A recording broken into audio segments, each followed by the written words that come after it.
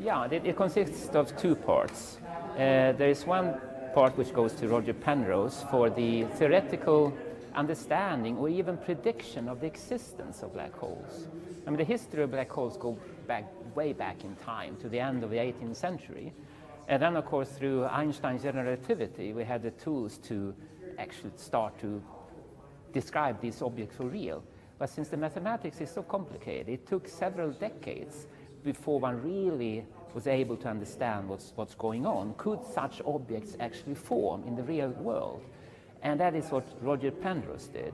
He understood the mathematics, he introduced new tools, and then could actually prove that this is a process which you naturally can expect to happen, that a star or something else collapses and turns into a black hole.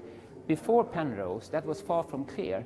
Many thought that such objects were only mathematical artifacts that couldn't form in the real world. So Roger Penrose, he laid a foundation, the theoretical foundation, so that we could say that yes, these objects exist, we can expect to find them if we go out and look for them.